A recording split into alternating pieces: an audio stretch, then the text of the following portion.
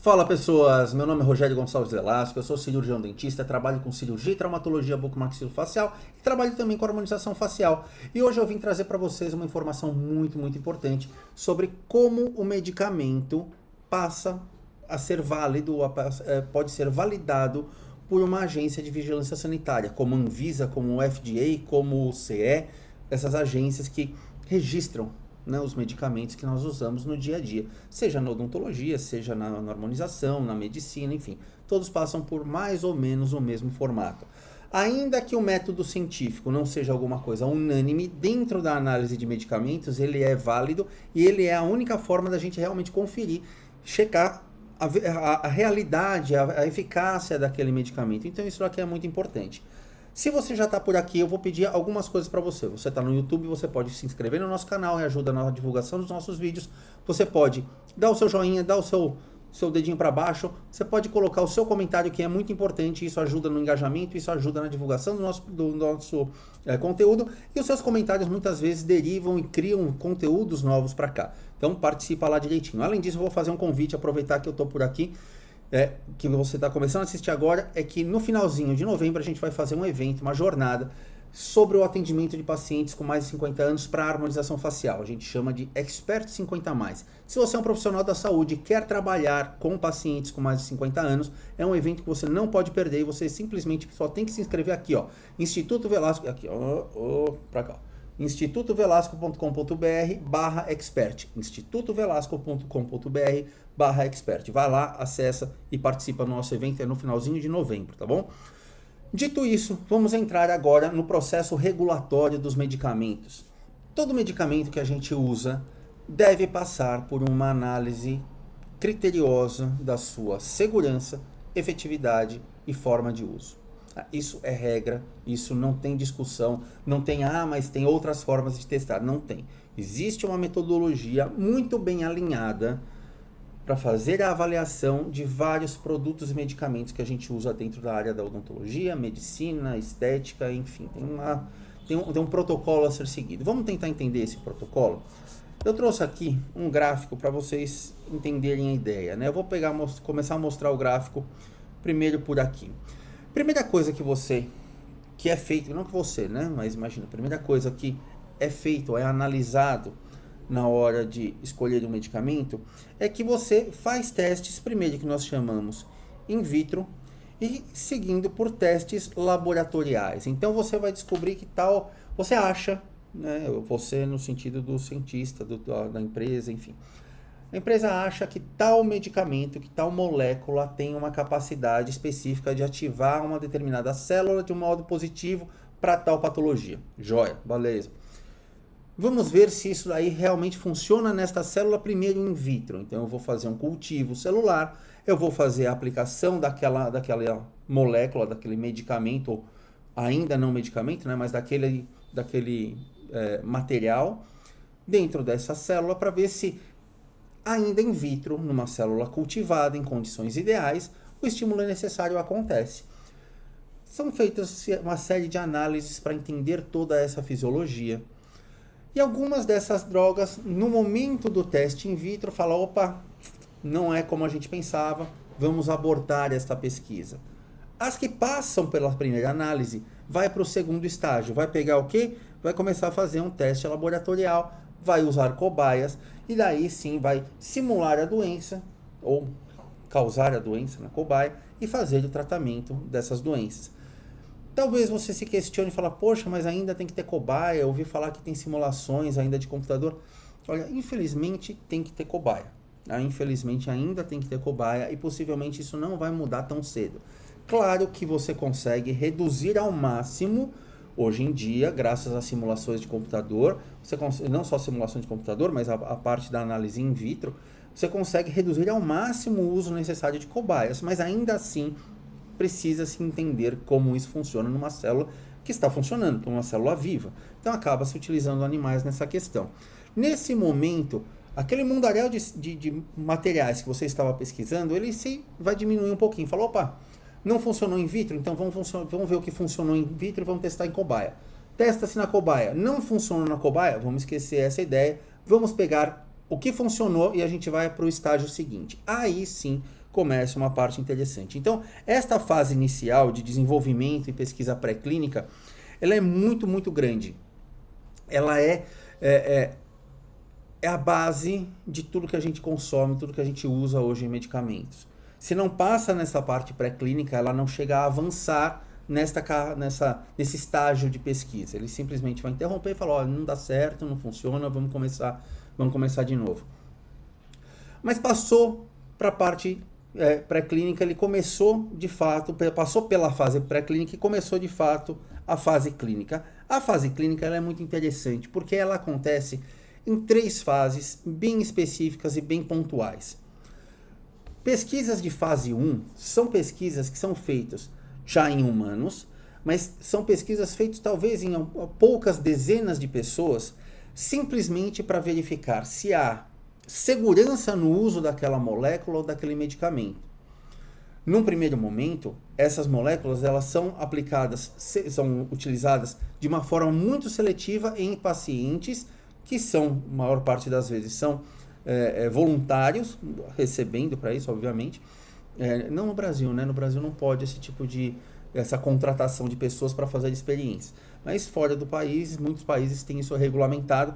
E nessa fase você vai colocar, talvez, em algumas dezenas de pacientes para ver a segurança, o grau de segurança daquele medicamento.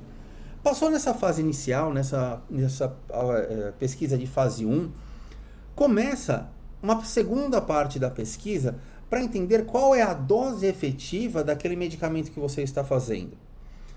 Isso quer dizer que passou da fase 1, tem algum grau de segurança, ótimo, só que como que eu uso isso no paciente? Aí entra a fase 2. Na fase 2, você já não tem algumas dezenas, você já tem poucas centenas de pessoas fazendo essa análise, já com características diferentes que permitam uma comparação estatística entre eles, né, uma análise estatística entre os diversos pacientes, os perfis de pacientes que estão sendo atendidos, e aí você começa a calibrar nesta segunda fase qual é a melhor dose efetiva para as várias ações daquele medicamento. Então, vou pegar um exemplo que é relativamente recente, que a gente tem aula aqui no YouTube, se eu lembrar eu vou colocar aqui no cardzinho que vocês podem acompanhar. Há um ano mais ou menos foi lançado nos Estados Unidos, foi liberado nos Estados Unidos pela FDA, uma medicação, uma toxina botulínica chamada Daxxify. E foi liberado justamente após a fase 3, após esse estágio. E a gente acabou falando sobre as técnicas, né? Então, a fase 1, né, essa parte inicial, foram pouquíssimas pessoas, foram 20, 30 pessoas só que testaram a toxina. Na fase 2, já foram quase 800 pessoas para fazer os testes iniciais.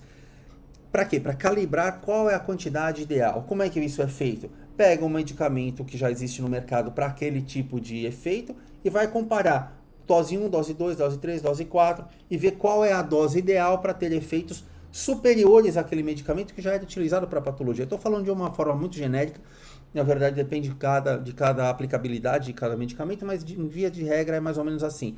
Você vai pegar aquela medicação, vai comparar com aquilo que já existe, aquilo que já é seguro, aquilo que já é utilizado.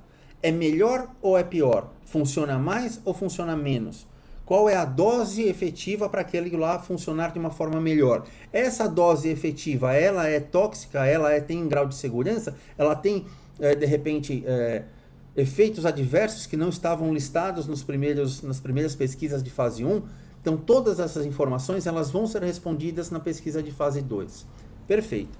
E daí sim, passou pela fase 2, aí sim vai começar a se trabalhar, muitas vezes em estudos multicêntricos de vários países. Então vai ter lá nos Estados Unidos, vai ter no Brasil, vai ter na Espanha, vai ter na Alemanha, vai ter na Rússia, vai ter na China, vai ter no Japão, vai ter uma série de países que vão, de centros de pesquisa, que vão fazer a sua pesquisa naquela base para verificar de fato se aquilo que foi encontrado na fase 2 funciona, é efetivo, é seguro, é melhor do que o normal, né, que o regular, e qual é o grau de segurança disso. Então, a cada estágio a gente está analisando um pouco mais daquela segurança, como aquilo funciona, como aquilo vai funcionar. É melhor do que o normal? É uma vantagem? Perfeito.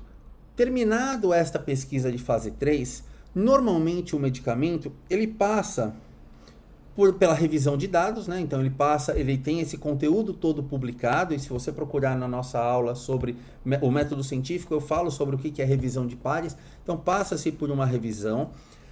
Toda essa informação ela é compilada, analisada, pesquisada, é conflitada com a literatura já existente e fala, não, sim, este medicamento é funcional, ele é seguro, ele é bom, ele pode ser utilizado em pessoas sem grandes riscos, né? Claro que todo medicamento tem seu risco, mas pode ser utilizado em pessoas sem grandes riscos. Isso feito, aí sim as agências regulatórias elas passam a aprovar esse medicamento. Tem um seriado na Netflix chamado Império da Dor. Nesse seriado, que ele é muito interessante, ele é ficcional, mas é baseado de fato no que pode estar na situação que levou à crise de opioides nos Estados Unidos, e que mostra exatamente todo esse processo. Só que ele mostra exatamente como algumas empresas podem burlar esse processo usando referências falsas, aliciando as pessoas que fazem a análise, né, os revisores desses trabalhos, e que pode levar à entrada de medicamentos irregulares no mercado. Então é muito interessante para você entender que existe uma sequência lógica nisso. E só para terminar esse pensamento aqui, só para a gente chegar na conclusão do pensamento, uma vez aprovado nas agências que licenciam, né, esses medicamentos, que aprovam esses medicamentos, ainda existem pesquisas que agora são chamadas de pesquisas de fase 4, que é um monitoramento de segurança. Ou seja, o medicamento ele sempre vai estar em análise. Se mostrar, claro, com uma casuística muito maior, com um público usando muito maior, com a utilização na vida real, porque uma coisa é você simular isso em laboratório, a outra coisa é o dia a dia, pode ser que o medicamento perca o seu registro. Vou dar um exemplo muito marcante nessa questão. Nos anos 50, uma droga teve um marketing muito grande que ajudava a melhorar o mal-estar, né, o enjoo de pacientes grávidas, de mulheres grávidas, que foi a talidomida. Na época foi um boom, muita propaganda, era uma droga extremamente efetiva para esse fim, e que se mostrou justamente por um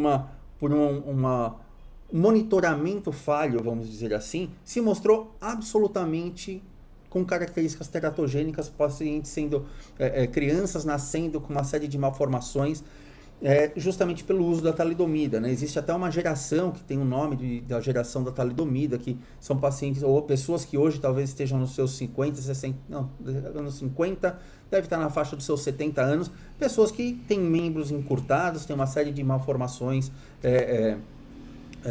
corporais, não só corporais, mas enfim, por conta do uso indiscriminado deste medicamento, que na verdade não era indiscriminado, ele era usado na época para esse fim. Se mostrou, falou, opa, assim não dá certo, olha a quantidade de problemas que aconteceu, o medicamento saiu do mercado, e ele retoma no mercado com outra função, volta-se à análise, ele retoma no mercado para tratamento de pacientes que têm, pacientes com lepra, pacientes com hanseníase, que são, lepra não é o nome correto hoje em dia, né? Mas que é pacientes com hanseníase, que ele mostra efetividade nessa situação. Então olha que interessante, um medicamento que era usado para controle de enjoo durante a gravidez se mostrou extremamente teratogênico, mas ainda hoje ele pode ser usado e pode ser comprado, obviamente com uma restrição muito maior, para pacientes que têm hanseníase para ajudar no controle da doença. Então é muito interessante que acontece de fato esse monitoramento de segurança, ele vai acontecer de toda forma, justamente porque ele tem a vida real é que manda, né? Hoje está o caos para fazer uma gravação aqui, talvez você tenha ouvido o cachorro do vizinho, você ouviu o gato brigando, você está ouvindo com uma furadeira alguns andares aqui em cima, mas não tem jeito, vai ter que ficar com barulho mesmo, que eu não consigo outro momento para fazer a gravação. Então vai ser um pouquinho mais bagunçado. Mas enfim, aonde que eu quero chegar, né? A gente entendeu toda esta sequência aqui, e agora é importante a gente chegar em alguns pontos que diz respeito a algumas terapêuticas que são utilizadas dentro da odontologia e medicina e que às vezes a gente não pensa muito a respeito dela, né? Eu vou dar alguns exemplos aqui, eu vou colocar muito das minhas opiniões, muito das minhas experiências, ou até poucas experiências nessas terapias, mas que eu vou dizer para vocês o que acontece, né? Como as coisas podem ser burladas nessa questão. Vamos pegar o seguinte, o caso do ozônio. Ozonioterapia dentro da odontologia, ele tem uma... Eu vou falar autorização, eu não sei se é o termo correto, mas ele tem uma regulamentação de uso? Tem. De fato tem. Dentro da odontologia, ozonioterapia é regulamentada para patologias bem específicas, então problemas periodontais, para tratamentos infecciosos, para descontaminação de canal endodôntico. Então tem alguma aplicabilidade. Tem uma aplicabilidade também dentro da harmonização, como um bioestimulador tecidual. O problema da ozonioterapia é que a quantidade de evidências científicas da sua utilização, ela é muito rasa, ela é muito superficial. E uma boa parte das pesquisas científicas que mostram que o ozônio funcionam, eles não funcionam mais do que as terapias que já existem. Então, existe um melhor medicamento para fazer, sei lá, descontaminação endodôntica de um canal? Existe. Ozônio é só mais uma. É a melhor? O ozônio é o melhor? Não, não é. Mas ele é mais uma terapêutica. Por que acontece isso, né? Por que um conselho de classe regulamenta o uso de uma terapia sem as devidas pesquisas? O que acaba acontecendo é que usa-se muito para dar subsídio técnico ao uso dessas técnicas, ao uso dessas terapias, como a ozonioterapia, acaba se usando muito mais o que a gente chama de relato anedótico, né? São casos clínicos, fala, olha, eu tive um caso clínico assim, assim, assado, eu fiz o uso de ozônio, o ozônio funcionou, foi ótimo. Daí você pega outra pessoa que fala a mesma coisa, olha, eu também tive uma situação dessa, também usei ozônio e funcionou, legal, bacana, joia. Só que caso clínico, relato de caso clínico, ele na pirâmide de conhecimento, na pirâmide dentro da metodologia científica existe uma pirâmide de evidência. Né? Uma pirâmide em que sentido? Todas as pesquisas que se encaixam em topo de pirâmide são pesquisas que têm um maior grau de verdade. Eu vou colocar isso muito entre aspas, mas que têm um maior grau de verdade, enquanto as pesquisas que estão na base dessa pirâmide, ela ainda está muito sujeita à especulação.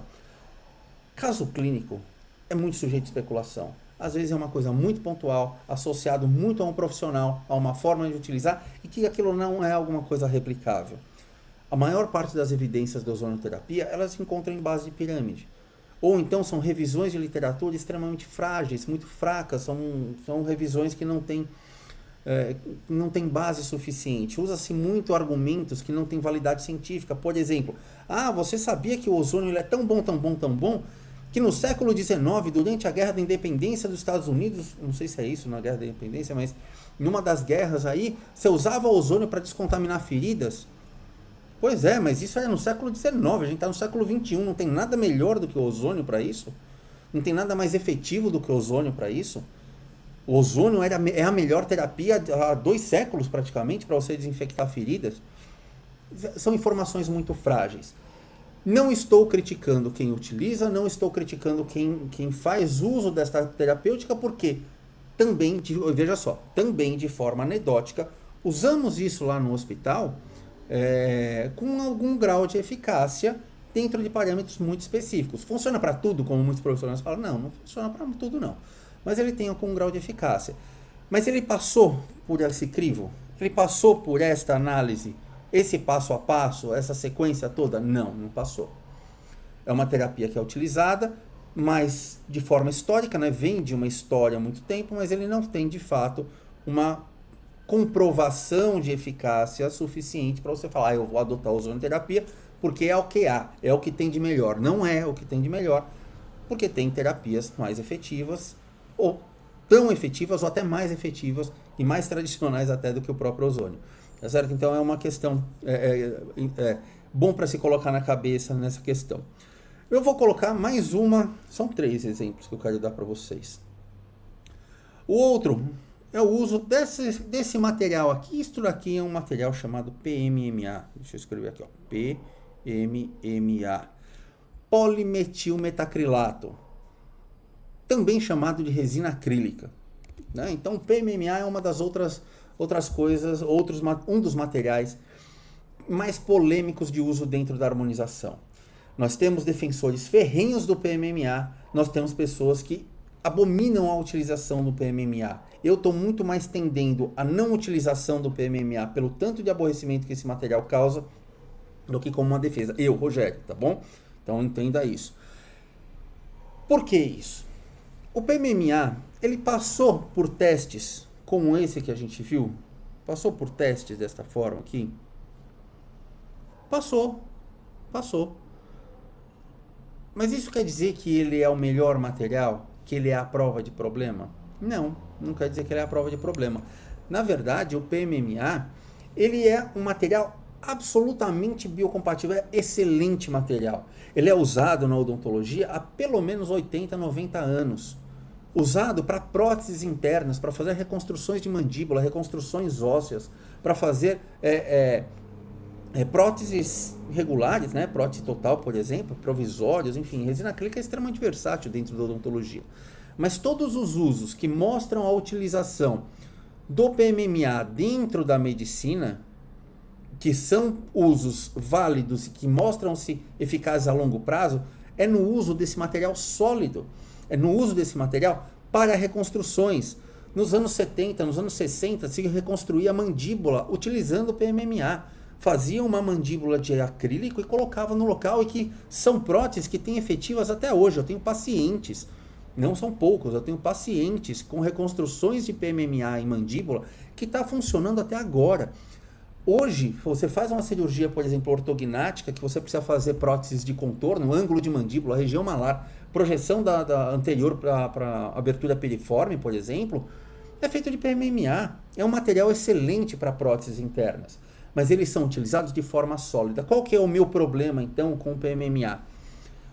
A partir do momento que ele é particulado, como este, né, como esses grânulos que vocês observam, a partir do momento que ele é granulado desta forma, esse material deixa de ter a mesma validade.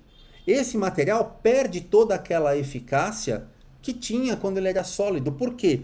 Porque as características biológicas do organismo, ao pegar esse material, ela vai formar uma cápsula de colágeno. Essa cápsula de colágeno ela não vai de modo algum desaparecer do local, porque o PMMA não é degradável, ele não é biodegradável, ele é biocompatível, mas não é biodegradável. E o organismo com aquele corpo estranho o tempo todo pode chegar em um momento que vai transformar aquilo lá numa lesão inflamatória crônica, que é um granuloma, que nós chamamos de granuloma. E granuloma, a partir do momento que o paciente tem essa característica, aquilo lá não volta mais. E existem pessoas utilizando o PMMA à torta direito para fazer preenchimento, com ele injetável, e que não é alguma coisa que pode causar, depois de 7, 8, 10 anos, um problema sério para o paciente que ele vai carregar a vida inteira. Porque uma vez com granuloma você não tira mais. Aquilo vai ficar lá. Aquilo não sai. Ah, mas tem técnica para aspirar? Tem técnica para aspirar, mas não quer dizer que você vai conseguir aspirar todo o conteúdo e que você vai ficar livre 100% do granuloma. Você consegue remover, mas você não tem uma certeza que aquilo é removível. Quando a gente usa isso para uma prótese interna, e deu problema na prótese interna, por uma contaminação ou qualquer outra coisa do gênero, você faz um acesso cirúrgico, você desparafusa ela, tira, fecha, acabou, fim de papo, você tirou 100% daquele material que estava agredindo. Nessa situação, não. No uso de um injetável, não.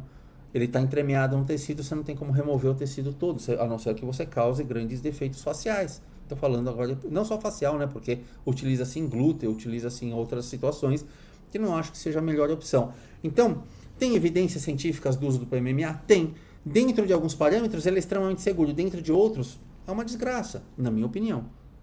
Porque ainda tem profissionais que usam. Mas veja que a polêmica ela não vai embora. Mas tem evidência científica? De fato tem. Mas o que acaba se utilizando é um argumento muito fraco para a utilização de um material como esse. Ah, mas é já usado há 100 anos, há 80 anos já na odontologia, é extremamente seguro. Mas ele é usado sólido. No injetável ele não é tão seguro assim. Então tem uma diferença prática. Para terminar essa questão, e aqui cabe uma frasezinha que eu coloquei aqui, olha, que a ciência ela não é verdade. Né? Como eu já falei no nosso vídeo anterior sobre o método científico, eu falei que a ciência ela não é uma verdade, mas a não ciência é mentira. A ciência ela é mais próximo da realidade, mas ela não é a realidade, ela não exemplifica 100% daquela situação, mas ela é mais próxima dessa realidade. Mas a não ciência, de fato, ela é mentira. O que eu quero dizer com isso? Eu vou pegar um exemplo disso daqui. Isso daqui é uma atrocidade da ciência. Isso aqui são os tais florais de Bach. O floral de Bach é um negócio que é mais perto da magia do que da ciência.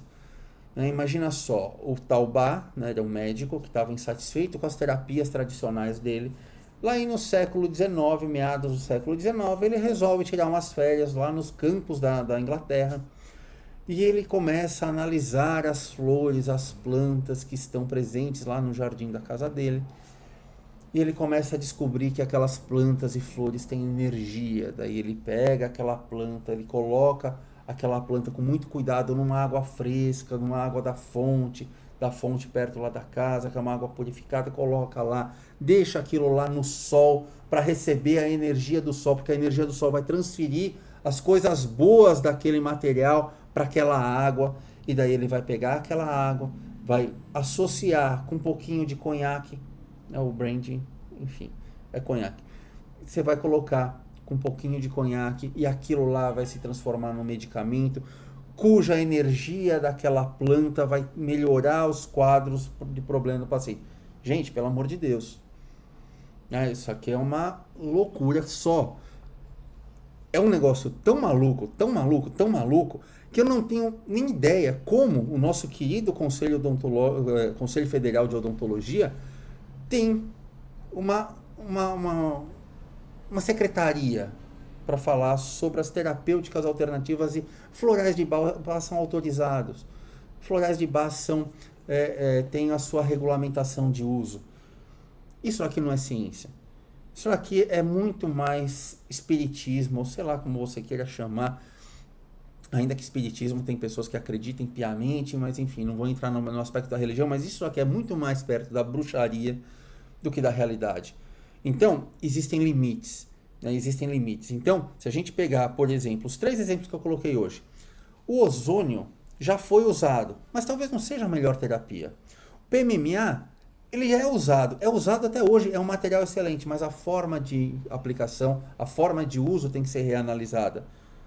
Os florais de Bach, isso aqui é doideira, isso aqui não funciona. Isso aqui é enganar o paciente.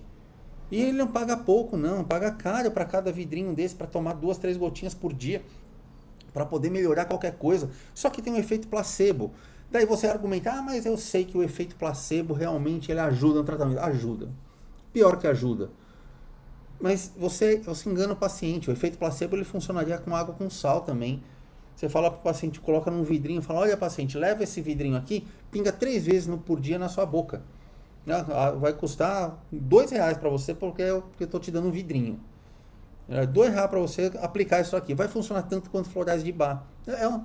É um negócio muito louco. Então eu acho que é muito importante a gente colocar o pé no chão, a gente analisar direito o que tem de realidade nesses materiais, entender que existe um processo adequado para fazer a validação dos medicamentos, que esse processo ele é tão complexo que uma fração muito pequenininha daquilo que é iniciado a pesquisa chega no final e se transforma em medicamento.